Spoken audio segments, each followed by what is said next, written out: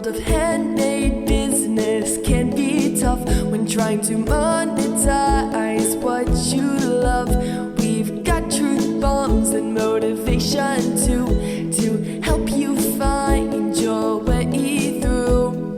Passion to profit, let's start today, 'cause the world needs what you create. Tune in right now, it's your shot to learn how to be a handmade boss.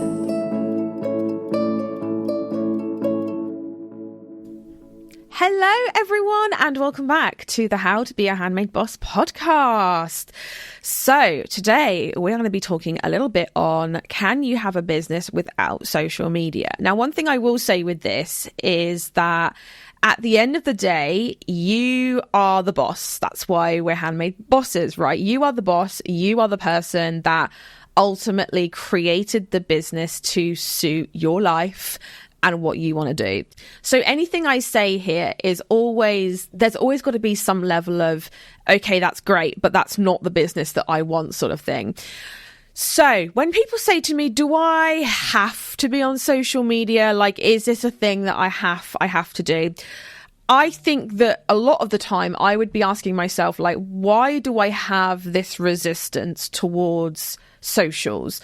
I'm sure it's because sometimes we see like Kim Kardashian level of constantly having to have their lives, their faces, everything shown online. And that really isn't what social media for a business use is all about. Now, don't forget as well, a lot of these accounts that you see where they are appearing to always be online, they have a whole social media team behind them.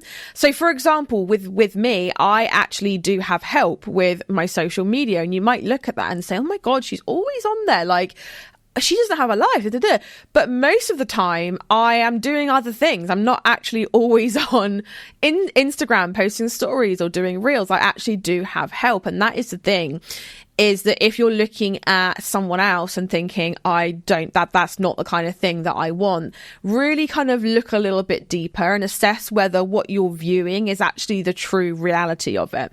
So also looking at why social media has this negative connotation is another great thing. So for me, I get a lot of people who are like, I'm really scared of being judged. I'm really scared that people will find out about my business. People will judge me. People won't like what I have to sell. And there's some level of almost like anxiety around that, right?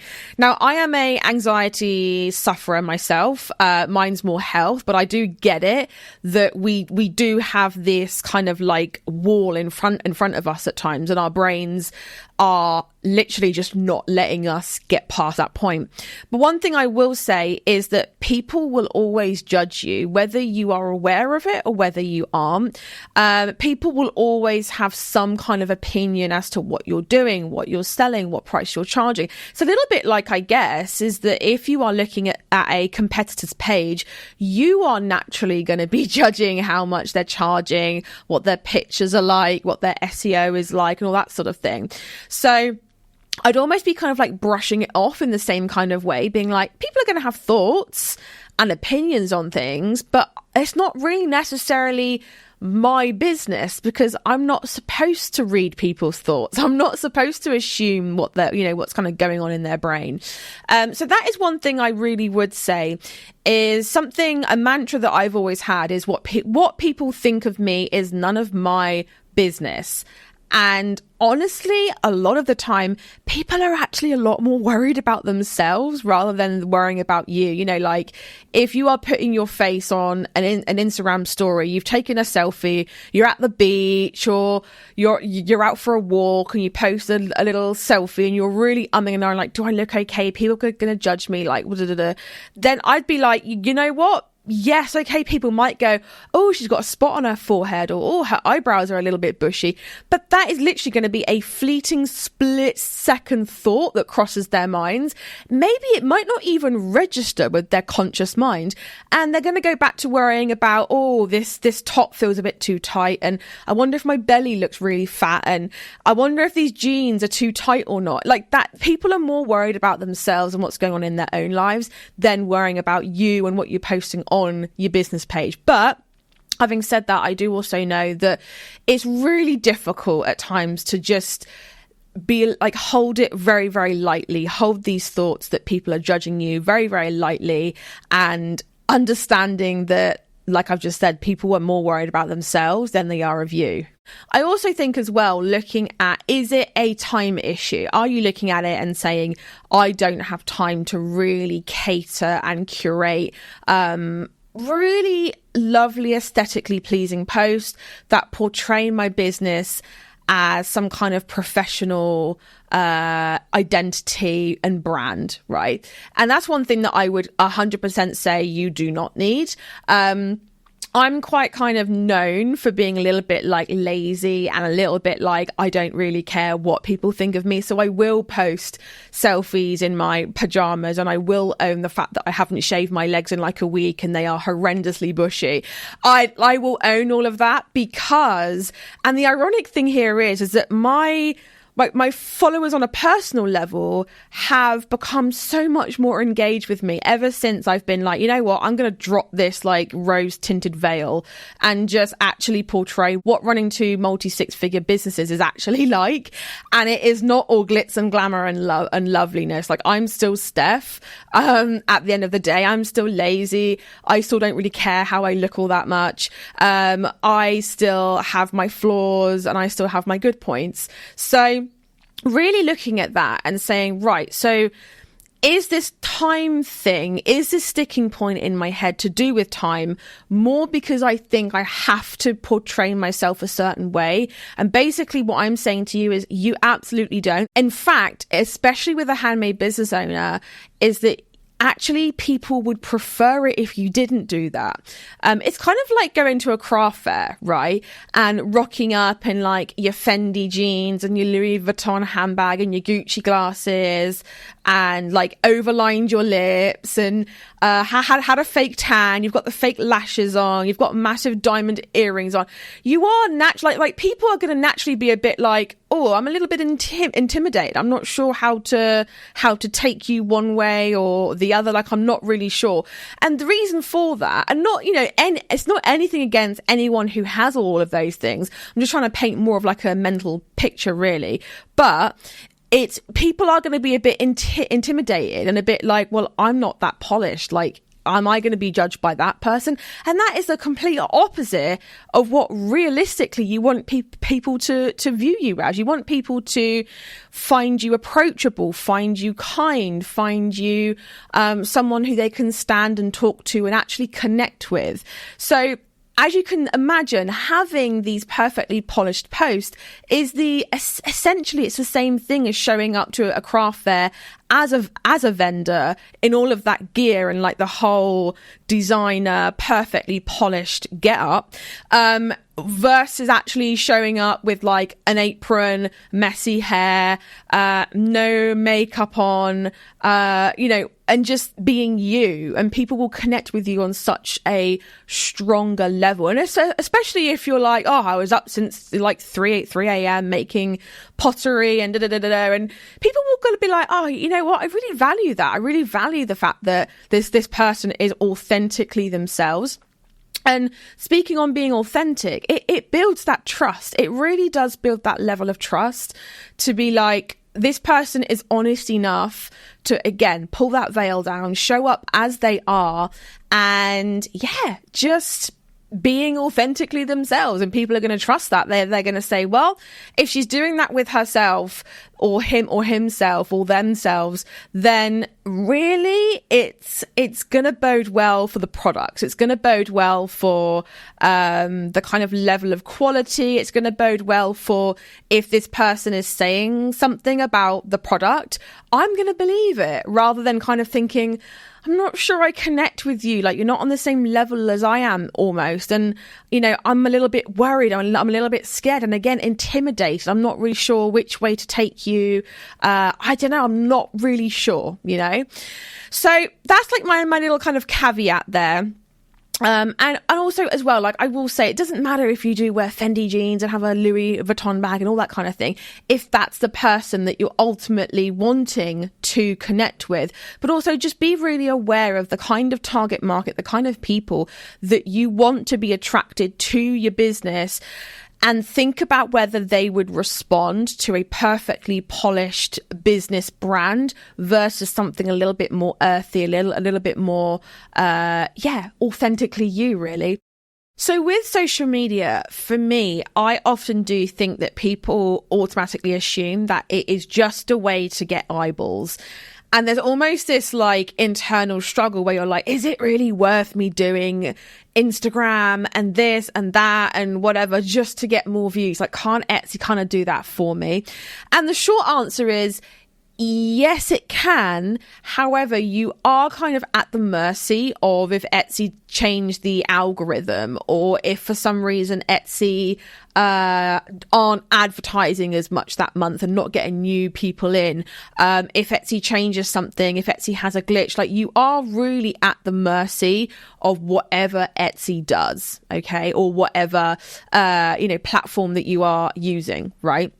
So that would be one thing I would say to be aware of, is I often will kind of recommend doing a two-pronged approach, really utilizing Etsy traffic, which is great, but also driving your own traffic as well. So you do have that level of control.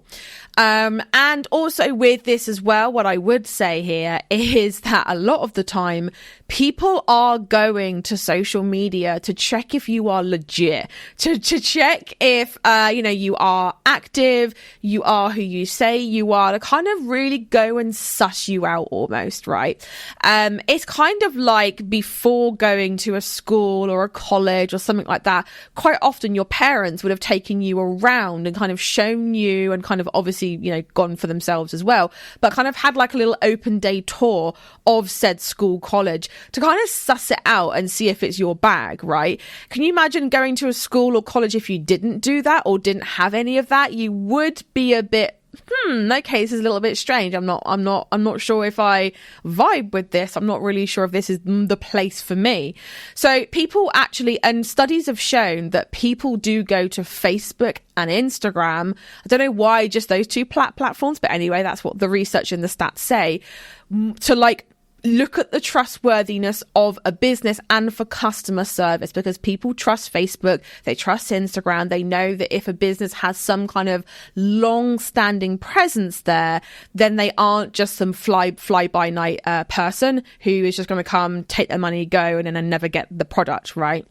Recently, my mum actually bought a kimono from Etsy, and she didn't do any like the social media thing. She's not really into like social media all that much.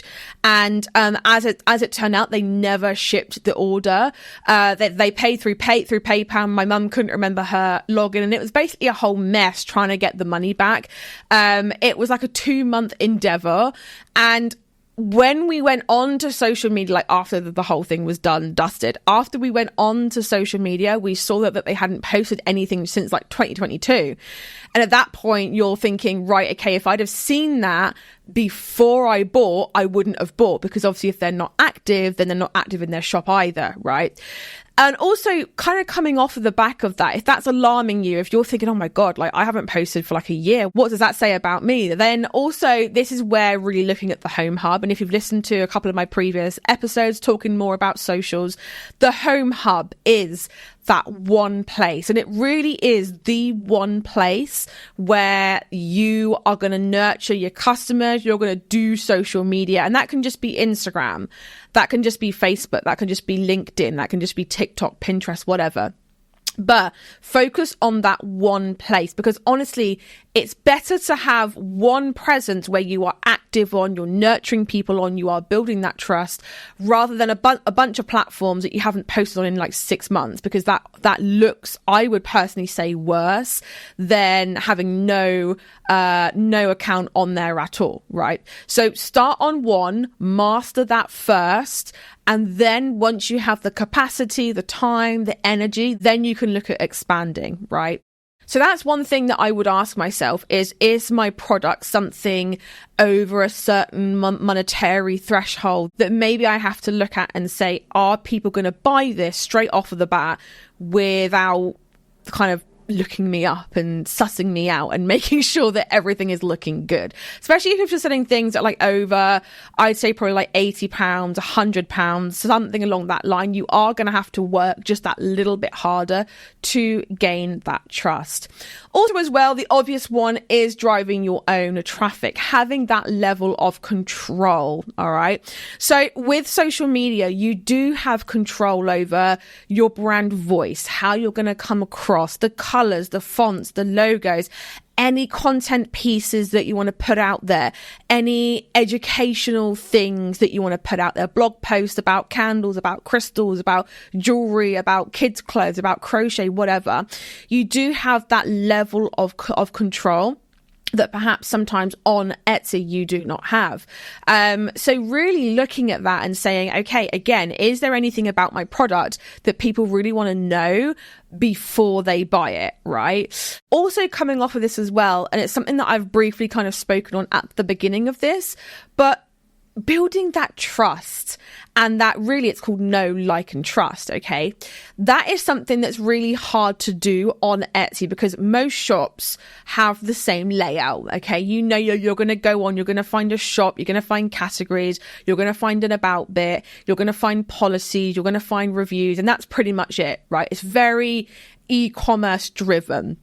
But if you are wanting to take that one person who perhaps isn't buying now, but that will buy in 6 months' time, 12 months' time, are your target market, but not right now, then pushing them over towards, or rather pulling them over towards some kind of social media home hub is an amazing thing to do because you're going to be able to nurture them. You're going to be able to keep your brand top of mind for them, which at the end of the day, you are not doing if you don't have social media. What tends to happen? Well, out of 100 people, maybe 95 to 99% of them are going to view, but not buy. But what happens to them when they're done, when they click off of your shop? You've lost them forever, right? You've worked darn hard. You've done SEO. You've done great pictures. You've done descriptions, attributes, maybe even Etsy Explore videos, all that kind of thing. You've worked really hard to get them into your shop, and 99% of them are never going to really see you again or even know what your name was, right? But if we get them across onto social media, then all of a sudden we've deepened this relationship between you and the person the other side of the screen.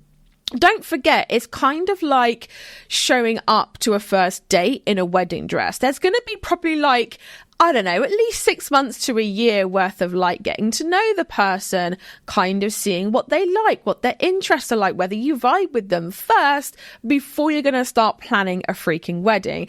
And quite often people do need, 95 to 99% of people that come into your shop are going to need that additional nurturing. And that is where social media is a great thing. Now, that being said, like I said right at the beginning of this, you don't have to necessarily do social media to achieve that. You can do that very, very effectively with just an email list.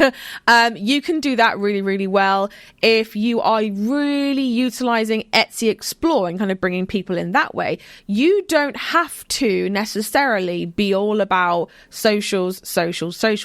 And I do think that be really careful as to when you hear the word social media, what do you think of? Like, what is your opinion of them? And is there any way that actually you could use social media in a way that best suits you, your lifestyle? Like I said, you really don't have to be on the platforms 24 hours a day to find any kind of effect with them. One other thing that I did really want to stress here as well is that you can absolutely just use your email list, right? So if you don't want to do social media, but you still want to nurture people, you can absolutely just create a really amazing email list, right? And I would recommend starting that right from when you start up. Okay, a bit like your home hub, you would start that right at the beginning of your journey. The only thing with social media compared to your email list is that you're kind of a little bit more limited to what you can do with it. like for example, you can't go live with an email list. Videos are okay, but some of them block videos, graphics, depending on where they are reading the email. And sometimes it can be very like text heavy, where I think sometimes some people prefer to create content, if they're going to do it, using video, using pictures, using social media as a bit more of like a kind of loose-ended way of being able to communicate with people. So I just wanted to add that in here as well, is that you absolutely can do it, but I would say make sure that if you are going to go with one versus the other, really look at how you like to create content. Because if you hate writing things out and like blogging isn't your thing, maybe even writing a PDF or a guide or even a book isn't really your thing, and the idea of it makes you want to squirm, then I would say probably email lists might be something that perhaps you'd want to do later on down the line. Maybe social media might be more your bag. But if you are looking at social media and thinking, yeah, this is kind of not really, I don't like pictures, I don't like video, I don't ever want to go live, I just want to like write some really good stuff, then maybe blogging and having an email list is more your thing. So make sure that, if you are thinking about doing one versus the other, your home hub can be a social media network, or it can simply be your email list, right? So really kind of look at how you best like to curate content, how you best like to communicate with your best people, your target market, and also how you best want to really nurture that know, like, and trust factor. So guys, I really hope that you have enjoyed this episode talking all about social media. Hit me up on Instagram DMs, because Instagram is my personal home hub. It's where I spend the most time, and I'm always in the DMs. So I would love to hear from you, your ahas from this episode. And yeah, I would just love to hear from you in general. Thank you guys so much for listening, and I will catch you in the next one. Thank you so much for tuning in to How to Be a Handmade Boss. And if you're eager to boost your Etsy sales within just 7 days, then be sure to join my most popular free training at handmadebosses.com/conversion. You can also find the link in the show notes as well. Keep an eye out for our next episode, where we'll be continuing our journey towards handmade business success together. And until then, keep crafting and stay inspired, because the world really does need those special creations that only you can make.